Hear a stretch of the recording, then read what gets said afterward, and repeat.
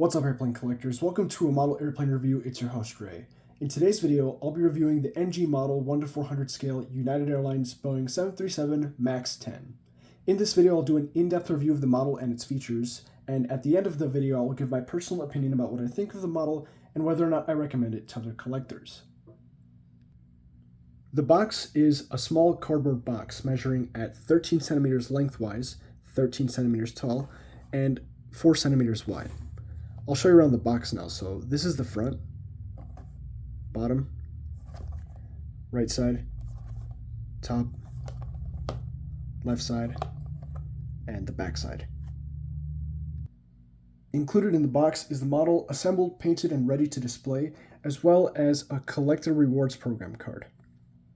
Before I begin my review, I'm going to give you a quick 360 of the model.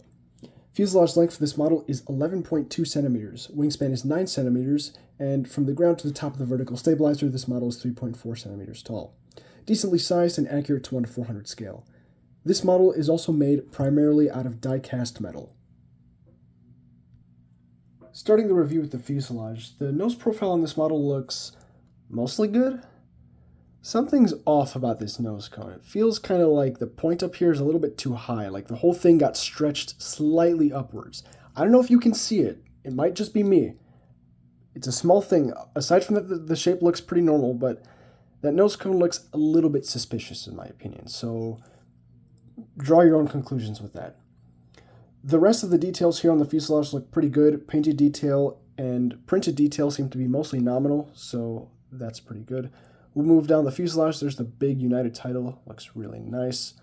Printed detail with the windows and other things looks pretty good as well. So overall, solid start, just that nose shape might be a bit off. Here's the vertical stabilizer. The vertical stabilizer looks pretty decent. However, the printing did suffer a little bit here, but I'll talk about that momentarily. Molded detail looks pretty good with the rudder. That looks pretty decent and defined. The colors look accurate as well, so I won't complain about that. Now, with regards to printed detail, which would be the United Globe title and the blue fade here. The Globe title, as you can see, when it gets to the molded detail of the rudder, it does cut out a little bit here. You can see some of the dark blue from underneath. It's just 2 spots, and then here as well on the white border. Small imperfections, so nothing too terrible. On the blue fade, you can see that some of the blue fade spots are also missing, which is quite interesting to see. I've never seen this kind of issue on any United Airlines model, let alone an NG model. Even more funny is that everything is okay on the right side, so I don't know what happened there. I've never seen that kind of issue on a model before. So now let's move down the right side. I won't provide much commentary on the right side. Actually, yes, I will. I do need to discuss the plug door here. While this is unfortunately an inaccurate feature, NG did decide to include this for some reason, even though on the real aircraft the plug door usually is not included. So that is something that may be a deal breaker for those of you, such as myself as well, who prefer accuracy. So that plug door is there, unfortunately. There's not much we can do about it though. So I'll finish moving down the right side here. Everything else looks pretty good, just that nose shape might be slightly off, and yeah. Moving on to the wings on this model, the wings are pretty nicely done. Molded detail is clearly defined with those control surfaces, looks very nice. Printed detail is consistent as well, no complaints. Painted detail looks good, colors seem accurate, and the reflective paint on the leading edge slats looks really nice. Underneath the wing, there's no printed detail, but painted and molded detail is definitely not lacking down here either. Now let's talk about the scimitar tips here. The scimitar tips look very nice. Their shape is good.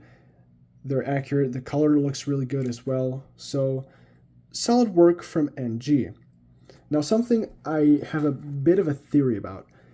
On other models, I've seen that there is an extension of silver paint from the leading edge that goes, I'd say, a little less than halfway up the split scimitar here on the top side and on the bottom side.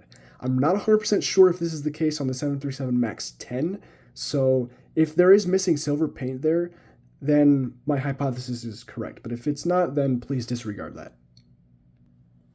Here's the rear of the aircraft. Horizontal stabilizers seem pretty good. There's not much going on back there. I do see the place where they join to the fuselage. The gap here is a little bit wider than normal. Again, it's small, but it's wider than what NG usually does based on what I've seen. The APU looks good, nice and pointy, no complaints. And under here, details seem to be pretty decent as well. Moving on to the engines. The engines of this model look really nice. Those exhausts are nice and sharp and painted several different shades of metallic silver. That's always nice to see. The back end of the engines themselves are raked, which is nice and accurate. That's pretty good. Printed detail on the engines is very nice as well. It's definitely not lacking, especially on the undersides, so that's very nice to see. And the fan details are really nice as well. Overall, the engines are very solid. Moving on to aerial details, this model features sat domes and antennas. We're at the top of the fuselage right now towards the midsection. Let me zoom out on that so you can see where we're at. So there we are. This large antenna right here, which is actually really tiny, this looks pretty good. It's center lined and not bent, so that's nice. Sat dome here is pretty flush with the fuselage and the shape looks good, so good job on that. And this very small antenna back here, and I'm not kidding when I say it's very small, this looks very nice as well. All of the antennas and sat domes on this model are attached firmly, and you got nothing to worry about with them being detached. So under here, assuming the camera focuses, sorry about that, the camera decided it was out of town for the day there. So these antennas down here, they look pretty good. They're towards the midsection of the fuselage. They're large antennas like the one I showed you up top, and this one down here looks pretty good as well. So aerial details on this model are definitely not lacking. While we're down here, I'm going to move on to the landing gear. So the landing gear of this model is pretty solid from the looks of it. I've been having plenty of focus issues today with the camera. So as I was saying, the landing gear looks pretty solid. So here is what the main landing gear look like. They're very nicely detailed. The wheels do roll and they're made out of rubber, so that's always nice to see.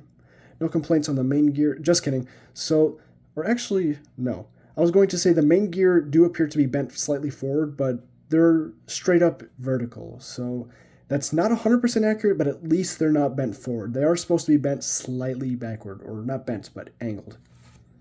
Now, here is the nose gear, and wow. Printed detail on the nose gear covers is quite extensive, as you can see, and the nose gear itself seems to be in pretty good condition, so good job on NG for that as well. As you can see, the wheel does roll and it's made out of rubber, so the gear detail is pretty good. Here is a view at the front of the aircraft. Wing flex for both the main wings and the horizontal stabilizers looks pretty good. Gear balance looks good, engine clearance looks good. Cockpit window printing might be ever so slightly slanted. However, that vertical stabilizer in the back there, what's going on there? It is kind of angled, so yeah, not perfect there, but otherwise everything else up here seems to be in decent order. That's the end of my review. Now time for my personal opinion and recommendation. So personally, I believe this model is solid. It's not the best, it's not the worst. I should also mention that this is one of the first releases from NG on their new 1:400 scale 737 MAX-10 mold, so this was quite interesting to see. So, like I said, the model is decent. It has imperfections here and there, mainly that vertical stabilizer. It should not be angled off to the side like that, but that's something that's not exactly that easy to notice. Like a lot of the imperfections that I pointed out. So, if you're willing to live with those imperfections, then yes, I recommend the model. It's decent, it's nicely detailed, and hey, it's a 737 MAX-10. However, the Achilles heel with this model that may be the breaking point, or not the breaking point, but the deal breaker with a lot of collectors, and almost was a deal breaker for myself, was that plug door.